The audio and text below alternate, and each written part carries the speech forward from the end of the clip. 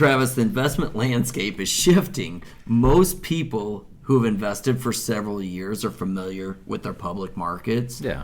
For public stocks, we see on TV every day, like companies such as Apple, Meta, Nvidia. Mm-hmm. It's similar to public bonds, which is basically loaning money to governments and the same publicly traded companies. Yeah, Apple, like Nvidia, the middle. Meta. Yes, I mean, they borrow money. Sure. Same companies. Mm-hmm. But public markets are shrinking, though, aren't they?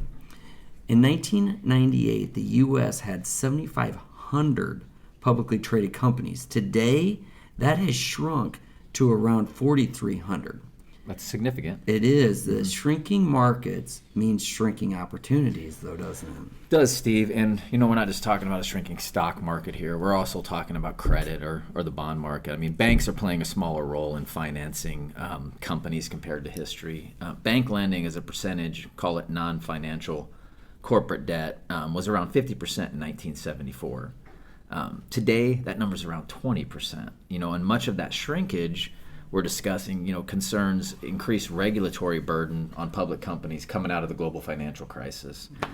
It's no fun to be a publicly traded company today. I mean, you can even ask, CEOs have verbalized this. Jamie Dimon being one of the most popular ones, saying he wishes that he could take J.P. Morgan private. But in addition to that, banks have prohibitive guidelines that just restrict them from how much they can lend, who they can lend to, and that's just taking them out of the marketplace. So yeah, Travis, we owe it to our clients to search for opportunities outside of these public markets with these shrinking opportunities. So that leads us to the private markets, right, which historically have been difficult to access due to the high minimums and the specific investor qualifications that are out there.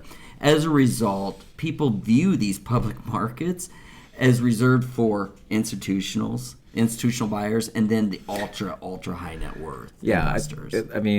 I think that's a mental hurdle that's tough for people to get over sometimes because they've been conditioned to think that, right? Yes. That's not for me. That's for some elite behind the curtain. But that's besides that too, Steve. I think private market investments are just misunderstood in general. I mean, some misunderstandings involve the perceived lack of transparency. What am I actually investing in? What's under the hood? Or lack of liquidity. When can I access my money? Is it locked up for 20 years, 7 years? Yep. Clients and advisors really aren't used to that, or sometimes they just don't know how to navigate it. However, at this point, instead of shunning private markets, educating yourselves on the trade-offs is going to be beneficial here because different solutions and structures have emerged over the years, and the asset class might not be as intimidating as you think. You said at the beginning, right? Shifting landscapes. There's a lot that's changed, and this is more accessible now. Yeah, Travis, I agree. Education here is going to be critical. Along with understanding the composition of private investments, you also need to understand the ability and willingness to take risk. Right. Your liquidity needs. That's a big one. Yep. And how an alternative or private investment fits into your portfolio. You're right. So these are the questions. What's the objective? Is it to reduce volatility, enhance return, or probably a combination of both, right? Yeah, ultimately, if you can get to that, and those are great questions, Steve. But everyone should go ask their advisors to educate them on the opportunities and alternatives and privates. What are the risk trade-offs between public and private markets?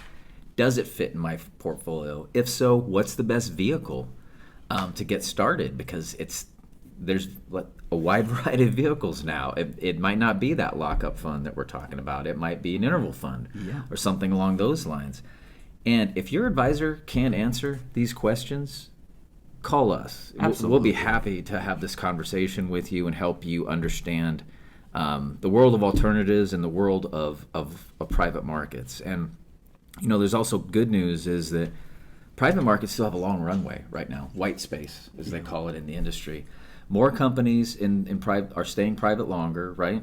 They need to raise capital both on the credit side and on the equity side. So you still have the opportunity to participate, but it has to be right for your portfolio. So get educated, or I'll call it re-educated, on what private markets mean and how they fit into your portfolio, because we're still calling them alternatives, but they might not be alternatives for long. They might just be a fixture in your portfolio. No, Travis, that's true. And your team has been doing work on this in this private market area for years. Yeah, but you pointed it out. If we have shrinking public markets, we have to find those opportunities, and we're finding a lot of decent opportunities out there to help our clients ultimately fulfill their goals, right? To get them where they want to go. That's exactly. And that's why we're spending a lot of time there. Yeah, Travis, it's been great. I look forward to it next week. Look forward to it as well.